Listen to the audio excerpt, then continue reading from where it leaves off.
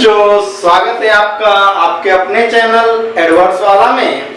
यहाँ पे आज हम लोग स्टैंडर्ड 10th का जो साइंस का पेपर है आप लोग का, वो यहाँ पे सॉल्यूशन करने वाले हैं। हम लोग देखेंगे, आप लोग जब ये पेपर में सॉल्यूशन कराऊंगा तो पेपर आप लोग को पहले सोच हो जाएगा, यानी पहले आपको पेपर दिखेगा और पेपर का टोटल जो क्वेश्चन है आपके सामने यहाँ पे सॉल्यूशन हो चुका है। जो आपको अगले एग्जाम में पेपर आने वाला है उसमें से चांस ये है कि 90 to 80%, यानी 80 to 90 कहा जाए तो भी वो सही होगा, यानी 80 से 90% आपका टोटल ये क्वेश्चन वहां पे मैच होगा ही होगा। 100% तो कह नहीं सकते हैं, लेकिन 80 to 90 का चांस अपने पास है। आप लोग क्वेश्चन देखो क्या क्या है और उसका आंसर सब आपको सामने यहाँ पे शो हो रहा है, देखते हैं। सबसे पहले आप लोगों को बोला है सेक्शन ए में, तो देखिए सेक्शन ए का सॉल्यूशन मैं किया हूं। यहाँ पे जो पहला वाला आपका क्वेश्चन है उसके आंसर में आप लोग करोगे व्हाइट, ठीक है ना। आंसर में हम लोग क्या कर सकते हैं, व्हाइट होगा इसका आंसर। सेकंड वाले का होगा ZnO, जिसको हम लोग बोलेंगे जिंक ऑक्साइड। थर्ड नंबर में आप लोग आंसर करोगे इंसुलिन, और फोर्थ वाले में आंसर आपका क्या हो जाएगा, लीवर। ओके, अब करेंगे ट्रू फॉल्स का जो क्वेश्चन आपको दिया था उसका फर्स्ट वाला क्वेश्चन आप लोग देखेंगे तो ये फॉल्स होगा, और इसका क्वेश्चन नंबर 6 भी हम लोग का क्या हो जाएगा यहाँ से फॉल्स। लेकिन क्वेश्चन नंबर 7 पे चलते हैं तो ये हमारा क्वेश्चन क्या हो रहा है, तो आप लोग बोलोगे कि ट्रू। ओके, आगे जो अपने को ऑप्शनल वाला क्वेश्चन दिया गया है उसका पहला क्वेश्चन में आप लोग ऑप्शन ये क्लिक करोगे कि an equal solution of common salt का है कि an equal solution of common salt होगा। क्वेश्चन नंबर 9 हम लोग देखेंगे तो यहाँ पे आपको दिया गया KNO3 potassium nitrate. Okay, and का है कि यहाँ पे ब्रांच में पूछा है कि ब्रॉन्ज जो आपका होता है उसमें किसका एलॉय होता है, तो आप बताओगे कॉपर एंड टिन। नेक्स्ट का है कि ऑप्शन आपका होगा गॉल ब्लैडर। उसके आगे वाले क्वेश्चन का आंसर आप करोगे CO2, यानी carbon dioxide gas. And then question number 13 जो यहाँ पे बोल रहा है कि जो सन हमारा है उसका हमको ये बताना है, एक गेस मार्किंग करना है कि लगभग उसका लाइफ कितना हो चुका है, तो यहाँ पे बोलेंगे 4.603 बिलियन। और नेक्स्ट लास्ट क्वेश्चन सेक्शन 8 का आपका होगा यहाँ पे ट्रॉपिक लेवल होता है। आगे हम लोग करेंगे सेक्शन बी, और सेक्शन बी का क्वेश्चन आपका जो दिया है फर्स्ट वाला बोला था वॉशिंग सोडा और बेकिंग सोडा का अपने को क्या करना है, दो यूज बताना है। तो वॉशिंग सोडा का देखिए फर्स्ट यूज मैंने यहाँ पे ऐड कर लिया है कि यूज इन लेबोरेटरी। फर्स्ट वाले में आपने क्या बोल दिया, यूज इन लेबोरेटरी, और सेकेंड वाले में आपने क्या बोल दिया, यूज इन ग्लास इंडस्ट्री। ऐसे ही जब आप बेकिंग सोडा पे चलोगे तो बेकिंग सोडा मैंने यहाँ पे टॉपिक किया और इसका आंसर मैं यहाँ पे आपको दिखा रहा हूँ कि यूज इन किचन, यानी किचन में यूज होता है। और सेकेंड पॉइंट मैंने लिख दिया कि use in made a cake, cake बनाने में इसका यूज किया जाता है। नेक्स्ट क्वेश्चन हम लोग देखेंगे 18 नंबर, तो इसके आंसर में आप लोग लिखोगे creation of toxic salt that can not be digested. कहे कि यहाँ पे आपका आंसर होगा क्रिएशन ऑफ टॉक्सिक सॉल्ट, यानी टॉक्सिक सॉल्ट बनता है that can not be digested, जो हमारे बॉडी में डाइजेस्ट कर नहीं पाता है, हमारी बॉडी उसको डाइजेस्ट नहीं करती है। आगे जो नेक्स्ट क्वेश्चन है उसमें अपने को बताना है मैलेबल और डक्टाइल। क्या बताना है, तो आप बोलोगे मैलेबल, एंड देन दूसरा आपका क्या होगा, डक्टाइल। तो मैलेबल में हम लोग क्या जानते हैं कि सर इसमें तो थीन शीट बनाया जाता है। क्या बनाया जाता है, मैलेबल का मतलब हो गया थीन शीट। तो कह रहे हैं कि the property of metal to be beaten into thin sheet. इसका मतलब यह है कि अगर आप मेटल को बीट करते हो, पीटते हो, और पीटने के बाद वो किस में कन्वर्ट हो जाता है, थीन शीट यानी पतले शीट में कन्वर्ट हो जाता है, इट्स कॉल्ड मैलेबल। तो इसे हम लोग क्या बोलते हैं, मैलेबल बोलते हैं। आगे अपने को बोला है डक्टाइल, तो डक्टाइल में हमको दिख रहा है कि the physical properties of a metal that can be drawn into the thin wire. अब देखिए डक्टाइल का मतलब होता है कि अगर आप मेटल को वायर शेप में कन्वर्ट कर दो, और मैलेबल का मतलब क्या होता है कि थीन शीट में कन्वर्ट कर दो। तो मैंने बोला यहाँ पे कि डक्टाइल का मतलब होता है कि यहाँ पे आप इसको थीन शीट में कन्वर्ट कर दोगे तो इसे हम क्या बोलेंगे, इट्स कॉल्ड डक्टाइल। डिफाइन करने के यहाँ पे बोला है कि the physical properties of a metal that can be drawn into the thin wire is called ductile. Next question हमको दे रहा है यहाँ पे कि कर है कि जब आपसे रिएक्शन पूछा है तो इसका रिएक्शन देखिए क्या लिखेंगे। फर्स्ट वाले में आपको रिएक्शन ये बता रहे हैं कि आयरन प्लस वाटर, यानी कर है कि अगर आयरन को वाटर के साथ रिएक्ट कराएंगे तो आपका क्या बनेगा। तो हम लोग क्या देखते हैं यहाँ पे आयरन ऑक्साइड, क्या बनेगा आयरन ऑक्साइड, और यहाँ से हाइड्रोजन गैस क्या हो जाता है रिलीज हो जाता है। सेकेंड वाला जो अपने को इक्वेशन बोल रहा है राइट डाउन करने के लिए, तो यहाँ पे मैं बोल दिया कि पोटेशियम को, किसको पोटेशियम को वाटर के साथ जब रिएक्ट कराओगे तो आपका बनेगा पोटेशियम हाइड्रोक्साइड, क्या बन गया पोटेशियम हाइड्रोक्साइड, और हाइड्रोजन गैस यहाँ से क्या हो जाता है रिलीज हो जाता है। क्वेश्चन नंबर 21 में जाओगे तो वहां पे अपने को बोल रहा है कि हेमोग्लोबिन की कमी से क्या होता है भाई।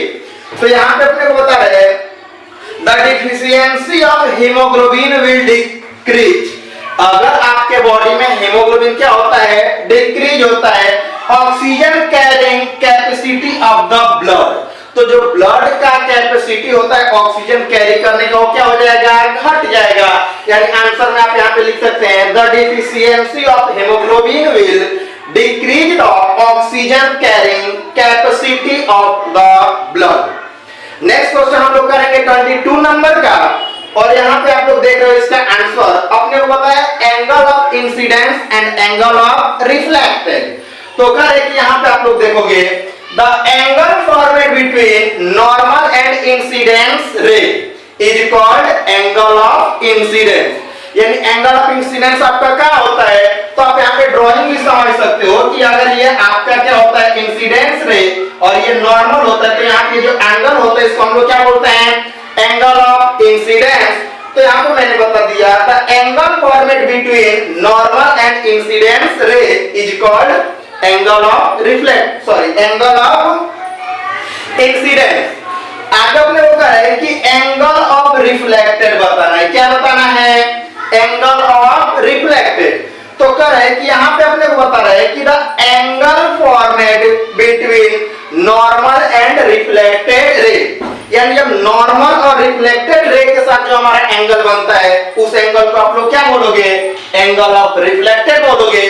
और ये आपका मस्ट आईएमपी क्वेश्चन होगा पेपर में आने का, अगर कहा जाए तो 70 to 80% का चांस है ये क्वेश्चन आपको मिलेगा ही मिलेगा पेपर में। आप ट्राई ये करें कि वीडियो पूरा देखें, स्किप करके देखेंगे तो आपका क्वेश्चन छूट जाएगा और आप आंसर नहीं कर पाओगे। अब देखते हैं हम लोग क्वेश्चन नंबर नेक्स्ट। तो क्वेश्चन नंबर नेक्स्ट में हम लोग आ जाते हैं 23। तो 23 में हमको क्या बताना है, यहाँ पे देखिए कर है incidence ray reflected ray and normal lie on the same plane. मतलब अपने से क्वेश्चन में ये पूछा गया है कि write the law of reflection या write the law of refraction. तो रिफ्रैक्शन के लॉ में हम लोग ये जानते हैं कि incidence ray reflected ray and normal lie on the same plane, यानी तीनों की तीनों साइड आपकी क्या होती है एक ही पॉइंट पे होती है। सेकेंड लॉ में हम लोग क्या जानते हैं यहाँ पे, तो सेकेंड लॉ में मैं यहाँ पे लिखा हूं कि ratio of angle of I, ratio of angle of I and angle of R, देखिए angle of R is constant, यानी एंगल ऑफ आई और एंगल ऑफ आर का जो रेशियो होगा आपका क्या हो जाएगा यहाँ पे, तो मैंने बोल दिया कांस्टेंट। आगे इसी को हम लोग बोलते हैं स्नेल्स लॉ।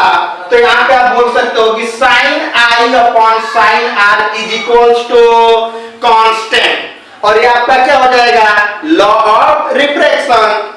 नेक्स्ट कर रहा है कि सेक्शन सी पे हम लोग चलते हैं, और सेक्शन सी में सबसे पहले आपका क्वेश्चन पूछा गया है कि व्हाट इज ऑक्सीडेशन रिएक्शन। क्या पूछा गया है ऑक्सीडेशन रिएक्शन। डिफाइन यहाँ पे आपको लिखा गया है द केमिकल रिएक्शन, देखिए यहाँ पे लिखा गया है the chemical reaction in which substance gain oxygen और लूजेज हाइड्रोजन, यानी एक ऐसा प्रोसेस जिस प्रोसेस में या तो ऑक्सीजन गेन हो या तो हाइड्रोजन हमारा क्या हो लॉस हो, यानी हाइड्रोजन बढ़े या ऑक्सीजन बढ़े या हाइड्रोजन आपका क्या हो जाए कम हो, तो उसको हम लोग क्या बोलते हैं ऑक्सीडेशन रिएक्शन। इसका रिएक्शन आपको यहाँ पे दिख रहा है, देखिए रिएक्शन यहाँ पे लिखा गया है कि कॉपर प्लस ऑक्सीजन, यानी कॉपर को जब ऑक्सीजन के प्रेजेंस में हीट करते हैं तो आपका यहाँ से क्या बनता है कॉपर ऑक्साइड बनता है। सेकेंड क्वेश्चन में आपसे बोला है रिडक्शन रिएक्शन। तो कह रहे कि रिडक्शन रिएक्शन हम लोग लिखेंगे यहाँ पे the chemical reaction in which substance, the chemical reaction in which substance gain hydrogen. अब देखिए यहाँ पे क्या हो गया कि आप यह हाइड्रोजन को गेन करेगा और ऑक्सीजन को क्या करेगा, लॉज करेगा, यानी ऑक्सीजन को यहां से बाहर निकालेगा। तो कह रहे कि is known as reduction reaction. अब यहाँ पे अपने क्या करते हैं, ये क्वेश्चन हमारा क्या होता है यहाँ पे कंप्लीट, इसका रिएक्शन हमको यहाँ पे शो कर रहा है कि कॉपर ऑक्साइड। ओके, तो कह रहे कॉपर ऑक्साइड को हाइड्रोजन गैस के साथ जब हम रिएक्ट कराएंगे तो कॉपर अलग हो जाता है और यहां से हमको क्या मिलता है, H2O, यानी हाइड्रोजन और ऑक्सीजन, जिसे हम लोग क्या बोल लेते हैं, वाटर बोल लेते हैं। और नेक्स्ट क्वेश्चन आपको पूछा जाएगा एग्जांपल ऑफ कोरोजन, ठीक है ना, यानी जिसे हम लोग बोलते हैं जंग का लगना।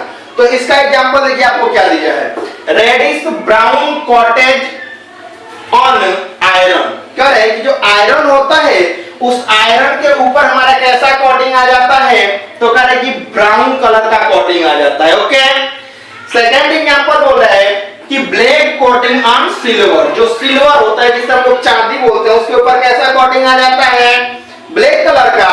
और कह रहे ग्रीन कोटिंग ऑन, देखिए यहाँ पे भी आपको क्या बोलना है कि ग्रीन कोटिंग ऑन सिल्वर। तो करें कि यहाँ पे अपने को देख रहा है कि ये आंसर आपका ऐसे कंप्लीट होता है कि जो हमारा होता है जंग लगना, तो जंग लगने में अलग अलग कलर का क्या होता है, कोटिंग आ जाता है और यहाँ से आपका ये क्वेश्चन क्या हो जाएगा, कंप्लीट हो जाएगा। यहाँ पे केवल आपको याद रखना है कि सिल्वर के जगह पे क्या याद रखना है आपको, कॉपर। ओके, चलिए नेक्स्ट कर रहे हैं आपको नेम ऑफ प्लांट हार्मोन्स। तो करें कि प्लांट हार्मोन्स के नेम आपको बताना है और उसके साथ उसका थोड़ा सा वर्क बताना है कि करता क्या है। ट्रिक आप लोग जानते होंगे कि प्लांट हार्मोन्स का अगर नेम आपको याद रखना है तो आप याद रखेंगे अकेज। क्या याद रखेंगे, अकेज। अब देखिए अकेज का मतलब मैं यहां से क्या बोलूंगा, A for abscisic acid, C for cytokinin, sorry A for oxygen, C for cytokinin, A for abscisic acid, G for gibberellin and E for ethylene। नीचे यहाँ पे आपको दिया गया है प्लांट हार्मोन्स, यानी नेम ऑफ प्लांट हार्मोन्स। आप बोलोगे सबसे पहले oxygen, cytokinin, abscisic acid, gibberellin और यहाँ पे क्या दे दिया गया है, एथाइलिन। अब देखिए कर रहे कि ऑक्सीजन का काम क्या होता है, तो बस बहुत ज्यादा बताने की जरूरत नहीं है, मैंने बोल दिया सेल इनलार्जमेंट का काम करता है। अब क्या बोलोगे, ऑक्सीजन का काम क्या होता है, तो बोलोगे सर सेल इनलार्जमेंट का काम करता है। साइटोकाइनिन का काम क्या होता है, सर सेल डिवीजन करता है। ओके, अब कर रहे कि इसके बाद एब्सिसिक एसिड पे आएंगे तो बोलोगे क्लोज द डोरमेसी, यानी डोरमेसी को क्या करता है, ये बंद करता है। यहाँ पे मैंने बोल दिया जिब्रेलाइन, और जिब्रेलाइन आपका क्या करता है, ग्रोथ द स्टीम, जो स्टीम होता है उसको क्या करता है, ग्रोथ करता है। इथाइलिन का एक ही काम होता है, फ्रूट राइपिंग। यहाँ पे आपका क्वेश्चन सेक्शन सी का क्वेश्चन नंबर 29 तक कंप्लीट हो रहा है और इसके आगे अभी आपको नेक्स्ट वीडियो में 30 से और नेक्स्ट सेक्शन डी का टोटल क्वेश्चन आपको मिलेगा एग्जाम से पहले। और आप लोग ट्राई करो कि ये टोटल का टोटल क्वेश्चन एक बार आप राइट करो और राइट करने के बाद इसे याद करो ताकि ये क्वेश्चन आप आसानी से अपने पेपर में कर जाएं।